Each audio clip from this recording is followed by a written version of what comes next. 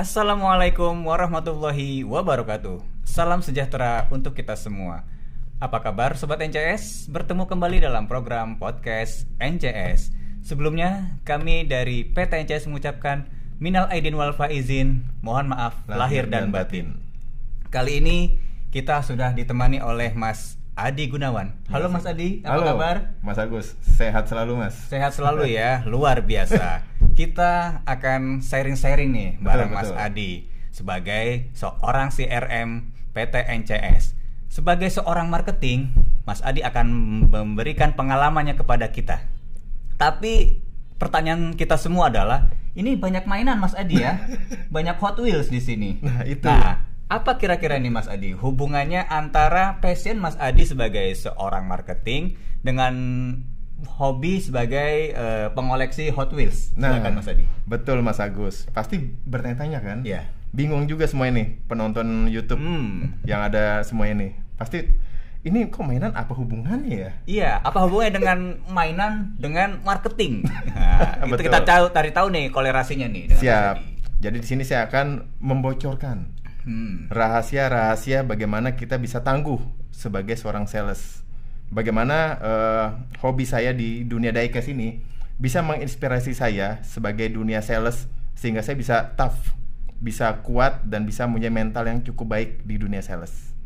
Itu. Oke Mas Adi. Lalu kapan awal mula Mas Adi menyukai atau menggeluti hobi sebagai seorang pengoleksi Hot Wheels?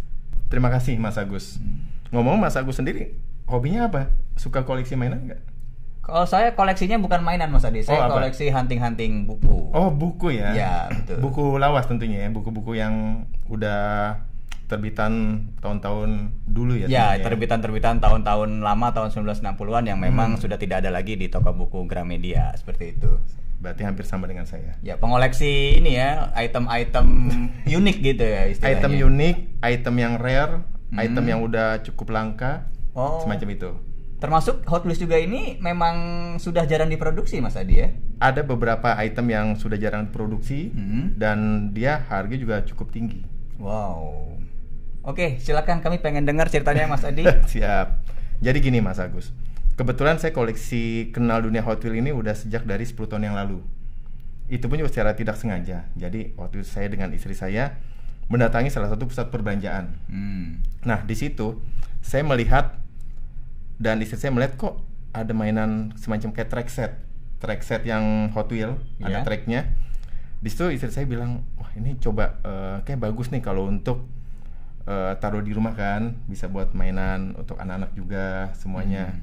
Terus saya juga melihat item-itemnya, bentuk-bentuknya kok bentuknya unik-unik, bagus-bagus gitu kan.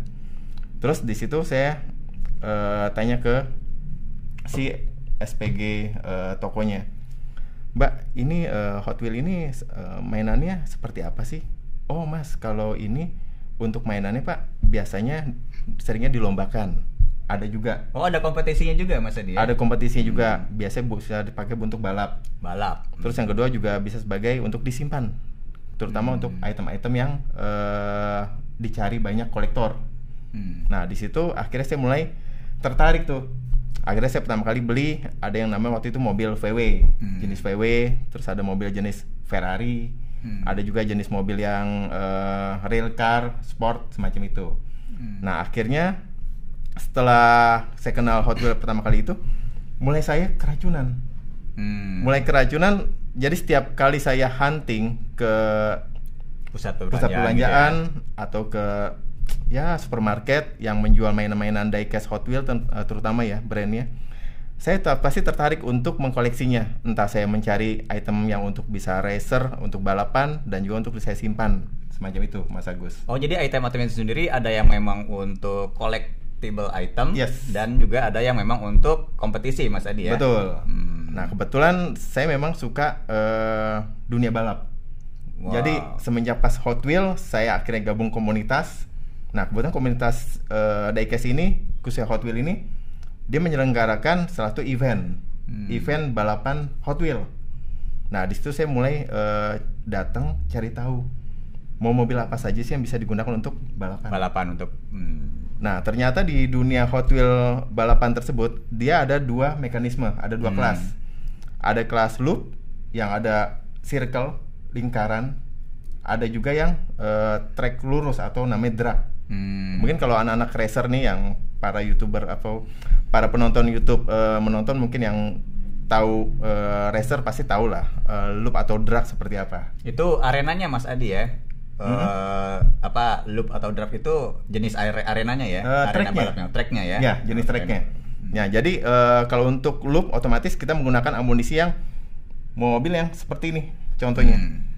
Nah, untuk yang saat ini yang lagi booming ini namanya zoom in atau istilah di racer namanya GoPro. Jadi dulu awalnya Hot Wheels menciptakan GoPro ini, jadi GoPro Hero 5 itu, Hero 5 itu bisa taruh di sini. Di sini terus dia luncurkan di track. Jadi seakan-akan bisa ngeliat langsung simulasi pada saat mobil sedang berjalan. Gitu. Jadi dulu menginspirasi seperti itu. Dari Mattel Hot Wheels sendiri menciptakan namanya GoPro. Ternyata di anak-anak racer itu digunakan buat balapan. Dan ternyata ini selalu podium. Selalu podium ya? Iya. Oh, jadi Mas lumayan Adi kencang. Sudah mengikuti beberapa kompetisi dan sudah pernah ikut menjuarai juga ya? Ya, ada. Jadi kalau misalkan itu ada beberapa mobil saya yang udah masuk ke dalam podium seperti ini. Saya pernah masuk podium juara 1 dan 2. Dapatnya waktu itu hadiah trofi sama mainan Hot Wheels juga tapi yang hot item. Terus ini juga dalam kelas jumping. Oh, ada kelas-kelasnya juga Mas Adi ya? Ada jumping. Jadi tracknya sendiri itu tiba-tiba ada kayak semacam jumping gitu. Di sana dia mesti lompat tepat ke sasaran. Ke tracknya lagi supaya dia sampai garis finish. Kalau dia melesatnya keluarnya otomatis gagal, jatuh ke pelanting mobil. Otomatis ya keluar dari kompetisi seperti itu ya. Betul. Nah, ini pernah memenangkan di kelas jumping. Tuh. Ada kelas apa aja Mas Adi selain kelas jumping? Kelas kalau untuk di loop sendiri dia ada kelas jumping, ada kelas untuk standar, sama kelas all champ. Jadi non champ namanya. Jadi non champ itu mobil yang masih standar tapi yang tidak pernah mendapat juara. Misalkan non champ itu seperti mobil RD08 atau yang sudah jarang podium lah. Karena kan kalau misalkan mobil tersebut diadu dengan mobil yang sering podium, otomatis yang sering menang adalah mobil-mobil yang podium. Nah, itu. Oke, jadi sobat NCS dari hobi mainan saja itu bisa ada prestasi loh sobat NCS. Nah, seperti apa sih sebenarnya kenapa Mas Adi ini bisa berprestasi baik dalam hobi dan juga dalam karir? Kita tanya lebih lanjut Mas Adi. Nah, tadi itu adalah awal mula Mas Adi ya. Betul sekali. Awal mula Mas Adi menggeluti hobi diecast yang awalnya itu adalah mulai dari penasaran sekitar 10 tahun yang lalu. Ya. Lalu apa hubungannya nih Mas Adi dengan passion Mas Adi sebagai seorang marketing? Apakah ada korelasinya passion Mas Adi sebagai marketing bisa memenuhi hobi Mas Adi untuk mendapatkan lebih banyak Hot Wheels kah? Atau justru hobi Mas Adi ini memotivasi Mas Adi untuk menjadi marketing yang tangguh? Nah, pertanyaannya bagus sekali Mas Agus. Jadi di sini saya akan bocorkan satu rahasia bagaimana saya bisa tangguh, khususnya di NCS ini. Oke, sebelum Mas Adi lebih lanjut, jangan lupa sobat NCS yang belum subscribe dulu NCS Kurir sekarang. Harus wajib subscribe, karena dengan subscribe Anda akan mendapatkan semua informasi-informasi terupdate langsung dari NCS. Dan tentu juga banyak rahasia-rahasia yang nanti akan diupdate oleh Mas Agus sendiri tentunya. Oke, terima kasih Mas Adi. Oke, terima kasih sobat NCS yang sudah subscribe. Sekarang kita dengar cerita dari Mas Adi. Silakan. Mas Adi. Mas Agus. Jadi saya gabung di NCS itu tahun 2013 bulan Juni. Nah, pada saat saya gabung di NCS saya masih ibaratnya masih awam. Saya belum tahu NCS itu seperti apa sih. Saya hanya tahu NCS itu adalah perusahaan jasa pengiriman. Benar. Saya masih belum tahu mengenai operasional. Saya masih belum tahu mengenai produk knowledge seperti apa. Nah, setelah saya bergabung di NCS, saya mulai training. Training di situ saya mulai banyak mendapatkan arahan dari para senior. Dan termasuk juga dengan Pak Haris, karena Pak Haris itu adalah manajer saya. Ya. Nah, dari situ saya mulai ada sedikit suka dengan produk NCS ini. Kenapa? Karena saya merasa produk NCS ini banyak dibutuhkan oleh customer, oleh klien tentunya. Banyak yang membutuhkan pengiriman seperti itu Mas Pasti, Adi, ya? karena saya berpikir wah produk ini pasti banyak dibutuhkan nih oleh perusahaan-perusahaan, terutama untuk mereka mengantarkan kiriman paket ataupun dokumennya ke luar kota. Nah, saya jadi semakin tertantang. Akhirnya saya mulai mencari tahu nih seperti apa sih NCS itu. Terus saya mulai pelajari, dan itu saya nggak mau butuh waktu lama. Saya mulai langsung starting, Mas Agus. Starting waktu itu saya berpikir saya harus mencari klien baru. Karena kalau saya berpikir hanya memaintain klien saja, saya nggak akan mendapatkan hasil apa-apa nih. Betul. Dan saya juga nggak akan mendapatkan banyak pengalaman baru dari NCS. Oleh karena itu makanya saya waktu mulai gabung di awal, saya langsung terapkan, saya memaintain hanya 30% saja klien-klien existing.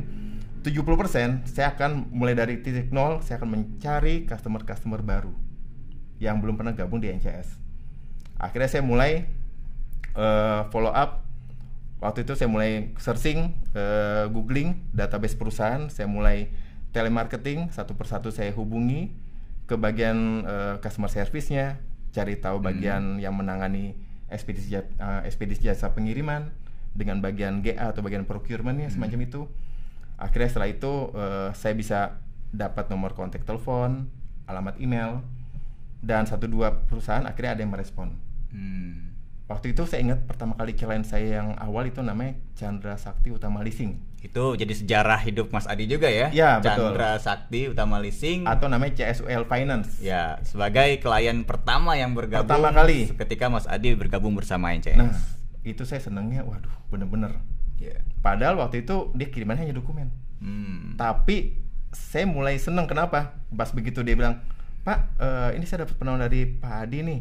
Boleh Pak nanti hari Kamis waktu itu suruh datang ke kantor di daerah Sudirman. Langsung ngajak meeting gitu ya? Langsung ajak meeting. Kebetulan si PIC-nya ini dia memang lagi mencari ekspedisi, jasa pengiriman.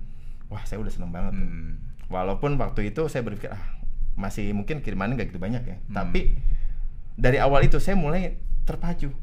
Akhirnya saya ngajak Pak Haris untuk mendampingi saya. Datang ke sana, dijelaskan secara singkat, dan mereka akhirnya mau sign FRP. Besoknya sudah mulai trial. Nah, dari momen itu saya mulai seperti keracunan lagi nih. Saya tadi kan keracunan diecast, saya keracunan NCS sekarang. Keracunan bagaimana mensosialisasikan produk-produk NCS kepada customer, karena memang bagusnya produk NCS itu harus ada tim yang bisa mensosialisasikan, betul Mas Adi? Iya, betul. Jadi saya udah keracunan 2 kali nih. Diecast juga mainan sama NCS. Nah, setelah itu saya mulai tertarik untuk melobi lagi nih. Saya mulai cari-cari klien-klien database lagi. Saya mulai untuk follow-up kembali database yang saya miliki. Dari situ mulai itu ada 1-2 lagi perusahaan yang tertarik. Saya datengin lagi, saya canvassing lagi, saya cari tahu lagi kebutuhannya seperti apa ke klien tersebut. Saya tawarkan lagi untuk diskusi lobby. Misalkan dia masih keberatan dengan harga, saya kasih untuk harga diskon, mungkin bisa diskon yang lebih kompetitif dari pesaing-pesaingnya. Nah, itu. Jadi dari situ awalnya tuh, Mas Agus. Ya. Awal di mana saya bisa mendapatkan klien-klien. Terutama klien-klien baru yang cukup banyak hingga saat ini. Oke, jadi Sobat NCS, pertama kali Mas Adi di NCS, Mas Adi sudah menceritakan bagaimana prosesnya. Dimulai dari follow up customer, kemudian juga tebar jaring ya, jaring 1-2 dapat, langsung datangin, dan istilahnya itu adalah, yang saya tangkap adalah racun. Jadi bagaimana kita itu mencoba teracuni dengan sesuatu, kecanduan. Betul, kecanduan positif ya. Kecanduan positif. Kalau tadi kecanduan mainan, hobi, kemudian akhirnya berprestasi, dan sekarang kecanduan pekerjaan. Jadi kita mencintai pekerjaan tersebut. Betul. Nah, tadi Mas Adi sudah menceritakan sejarahnya nih Mas Adi. Lalu kemudian selanjutnya seperti apa Mas Adi menjadi seorang sales atau marketing yang tangguh? Pastikan di lapangan Mas Adi sering berbagai penolakan itu sering dihadapi kan ya? Pasti. Nah, menghadapinya itu seperti apa Mas Adi? Baik, jadi di dunia sales itu yang pasti kita harus punya kekuatan mental. Nah, itu yang utama ya. Harus, karena kenapa? kita harus banyak jam terbang. Kalau kita semakin banyak jam terbang, otomatis kekuatan mental kita akan semakin terasa. Jadi waktu itu saya tebar benih banyak yang seperti Mas Agus bilang. Saya datangi ke beberapa perusahaan, door to door, canvassing, mau panas mau hujan, saya datangi satu persatu ke klien-klien, saya tawarkan NCS, saya kasih company profile, saya atur jadwal ketemuan, saya jelaskan mengenai produk knowledge seperti apa, kebutuhan mereka seperti apa, saya kasih harga yang lebih, ya mungkin lebih bagus lah, yang lebih kompetitif dari kompetitor lain, semacam itu. Jadi dari situ mungkin mereka lihat, oh NCS cukup bagus nih, minimal mereka punya opsi selain yang sudah banyak di pasaran kompetitor. Akhirnya mereka mulai mau coba nih, satu dua mulai mau coba, sehingga akhirnya tanpa terasa setahun saya sudah berjalan di NCS, tiba-tiba saya dapat komisi. Dapat komisi juga, saya udah senang tuh. Padahal komisi saya masih belum begitu besar. Waktu itu saya ingat komisi itu masih kisaran 700.000. 700.000 ya. Iya. Saya udah senang banget, kenapa? Karena saya merasa, ada hasil nih. Saya kerja di NCS, ternyata dari hasil saya bisa closing, saya bisa dapat komisi. Komisi pertama saya yang merupakan momen bersejarah selama saya di NCS. Saya mulai terpacu lagi dong. Akhirnya mulai kecanduan lagi tuh. Tadi yang kecanduan dapat klien baru, saya kecanduan. Pas dapat komisi semakin 2 kali lipat kecanduannya. Ibaratnya waduh benar-benar udah udah tingkat paling tinggi gitu loh. Candunya udah tingkat paling tinggi gitu ya. Pengen dapat harus bisa komisi lebih besar dari ini nih, harus lebih baik dapat klien lagi nih. Betul. Gitu ya. Nah, setelah itu saya mulai termotivasi tuh. Mulai lebih giat lagi, tebar-tebar jaring, mulai banyakin prospek, banyakin telemarketing, telepon. Hampir setiap hari saya selalu keluar cari customer, bahkan kadang-kadang sampai pulang malam, karena kan ada juga customer yang dia mintanya untuk ketemuannya setelah jam kerja, jam 5 atau jam 6. Ketemuannya mungkin di coffee shop atau di mana. Nah, itu saya jalani terus sampai akhirnya saya bisa mendapatkan klien cukup banyak. Wow. Cukup banyak Mas Agus. Mungkin klien saya itu kalau di totalin tuh mungkin bisa sampai 100-an lebih. 100 lebih ya klien. Sampai dan dengan saya saat ini ya. Pernah mendapatkan komisi, tahu gak? Wah, sobat NCS penasaran? Kasih tahu dong Mas Adi, penasaran sobat NCS? Tahu gak, dari hasil saya melobi customer segitu banyak, saya pernah dapatin komisi yang cukup besar. Berapa totalnya, mau tahu? Pengen tahu sobat NCS? Kita tanya langsung, berapa Mas Adi? Saya terus terang buka-buka nih. Ya. Saya dapat komisi waktu itu yang paling terbesar 24 juta. 24 juta. Wow. 24 juta saya dapat dari hasil kerja keras saya. Dari awalnya 700.000 sobat NCS, tiba-tiba bisa langsung dapat 24 juta. Itu karena memang hasrat menggebu-gebu untuk, maksudnya itu nggak cepat berpuas diri Mas Adi ya. Betul. Jadi saya benar-benar untuk mendapatkan hasil segitu itu benar-benar butuh ekstra kerja keras. Karena apa? Karena kerja keras. Begitu kita mendapatkan klien baru di NCS, kita harus memaintain. Karena pasti klien baru itu seperti layaknya kita punya anak bayi, yang mesti kita jaga, yang mesti kita tuntun, yang mesti kita awasi. Karena kenapa? Klien baru ini dia akan sangat sensitif. Kita anggap dia sebagai raja nih. Raja, betul. Misal dia pengen butuh pickup buru-buru, kita langsung respon ke bagian tim pickup. Dia nanya, Pak ini kiriman saya kok belum sampai nih, update statusnya gimana? Saya langsung kontak ke bagian CS, tanya ke bagian CS, ini gimana? Jadi itu benar-benar saya itu selama hampir 3-4 bulan itu saya maintain setiap klien baru saya seperti itu Mas Agus. Fast respon jadi ya, langsung menangani setiap ada. Jadi keluhan. saya kasih tahu trik rahasianya lagi nih. Wah. Jadi silakan sharing Mas Adi. Kalau setiap dapat klien baru jangan sia-siakan. Jangan disia-siakan. Walaupun mungkin dia nominalnya kecil, tagihannya ataupun nggak segitu besar, kalian pupuk. Pupuk ya. Dijaga, dipupuk, dibina, kita awasi, nanti dia akan merasa trust dengan NCS. Tiba-tiba seperti percaya. Wah, ya. Ini kok beda banget nih dengan ekspedisi sebelah nih NCS ini pelayanannya gitu Mas Adi. Pelayanannya karena setiap saya saya ketemu dengan klien atau customer, mereka pasti kebanyakan ngeluhnya tuh, Mas nanti kalau misalkan saya pakai dengan jasa ekspedisi Mas Adi, Jangan kayak ekspedisi lainnya Mas ya. Gitu ya. Karena mereka kurang kooperatif, kurang komunikasi. Setiap saya nanya, misal status saya kiriman seperti apa, jawabnya lama.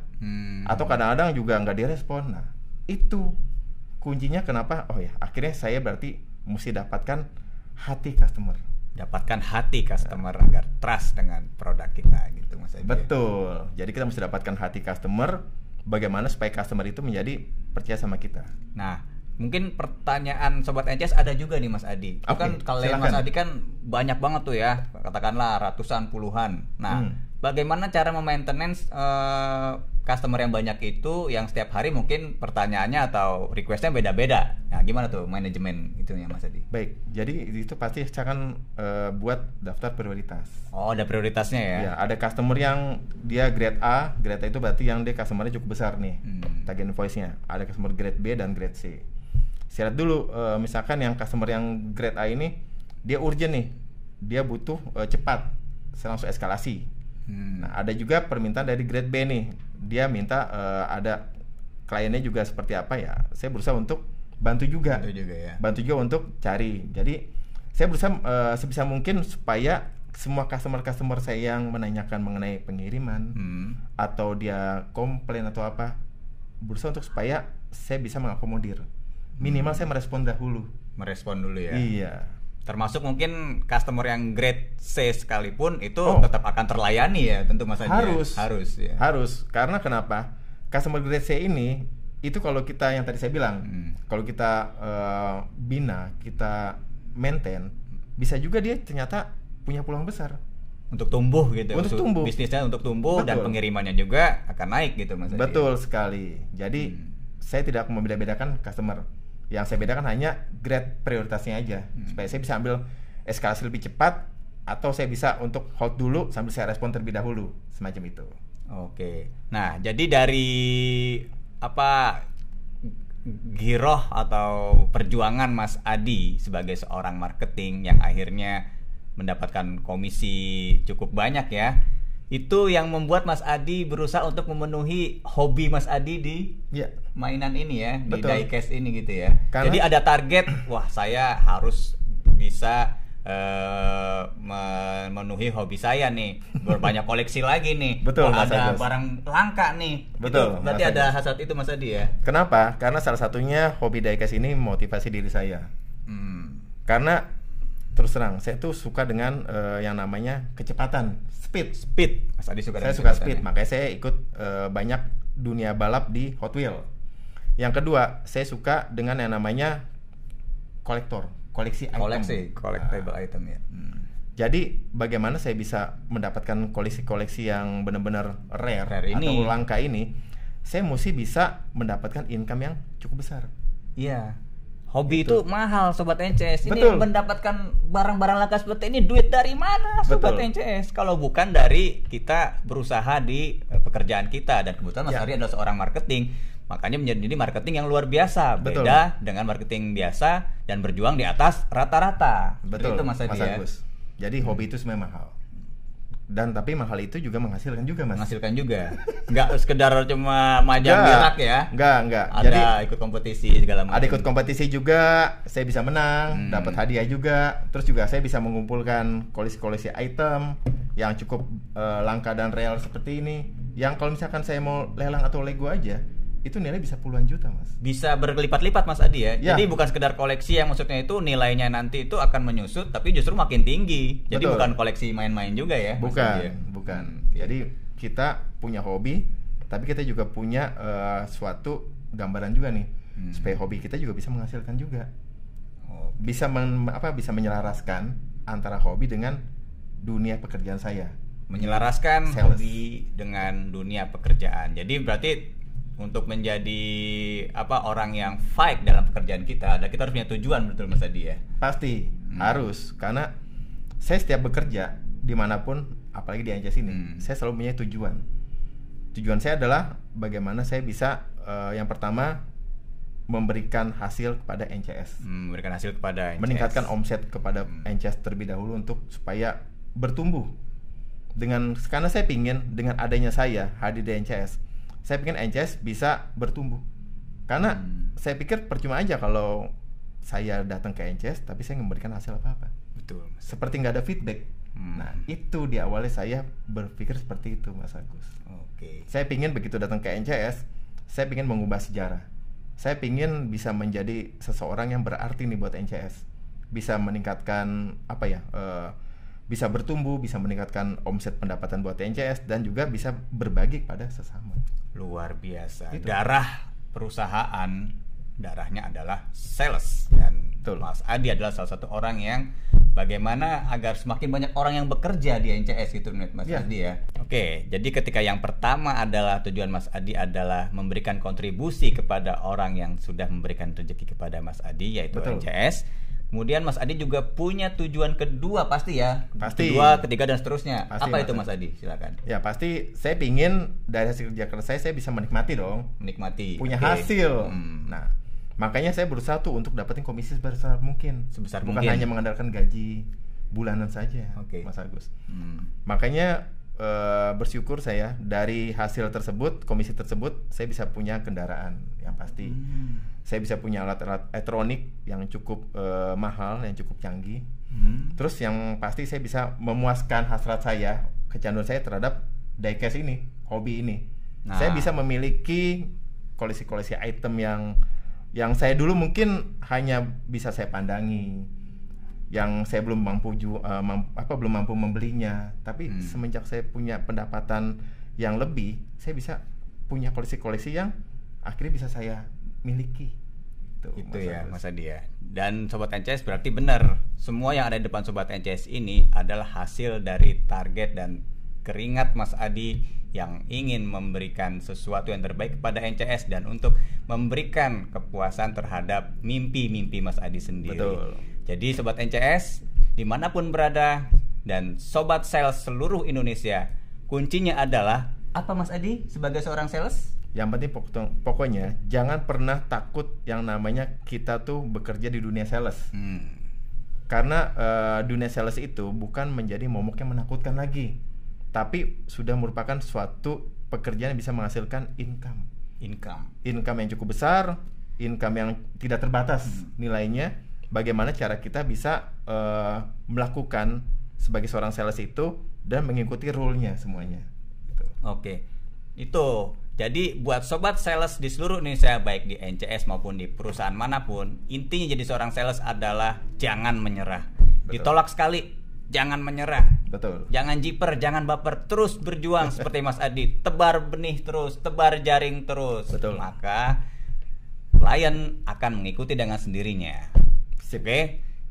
Dari seorang sales kita nggak bisa cuma ngandelin gaji pokok, ada komisi berlipat menunggu. Itulah bedanya seorang sales dengan seorang yang berprofesi di luar sales. Dan apa yang bisa didapatkan dari seorang sales bukan cuma kebutuhan hidup Mas Adi ya, tapi juga adalah hobi.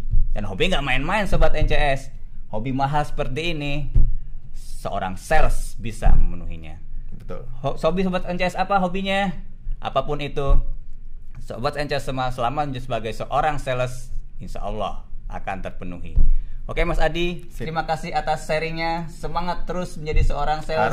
Harus semangat. Semoga bisa menginspirasi seluruh pejuang sales di seluruh Indonesia. Sip. Untuk menjemput impian-impiannya. Jemput impian, benar sekali Mas Agus. Silakan pesan terakhir Mas Adi untuk seluruh Sobat NCS. Oke, terima kasih Mas Agus. Jadi saya hanya berpesan kepada semua sales-sales di seluruh Indonesia, jangan pernah takut, jangan pernah gentar, jangan pernah kita merasa pesimis atau merasa menyerah dengan apa yang kita alami, baik penolakan, baik kita dihina ataupun baik kita dianggap sebelah mata oleh banyak orang. Dunia sales seperti apa sih? Kita nggak usah berpikir seperti itu. Kita tetap maju, kita tetap jalankan semuanya dengan itikat baik kita. Kita berusaha untuk punya tujuan bahwa kita memberikan hasil kepada perusahaan yang kita kerjakan sekarang, dan juga kita bisa memenuhi kebutuhan buat diri pribadi kita dan keluarga. Bahkan orang-orang sekitar kita bisa berbagi baik kepada sesama ataupun pada yang membutuhkan. Intinya itu aja, yang penting jangan pernah menyerah, hidup dunia sales, dan ingat, wujudkan impian kalian, karena semua ada di tangan kalian. Kalian yang mengatur, kalian memegang, kalian yang menjalankan. Itu aja sih Mas Agus. Oke, luar biasa. Terima kasih Mas Adi atas motivasi dan sharingnya. Sip. Dan terima kasih Sobat NCS yang telah menyimak podcast NCS kali ini. Sampai jumpa di podcast berikutnya. Wassalamualaikum warahmatullahi wabarakatuh. Salam sejahtera untuk Salam kita sejahtera. semua.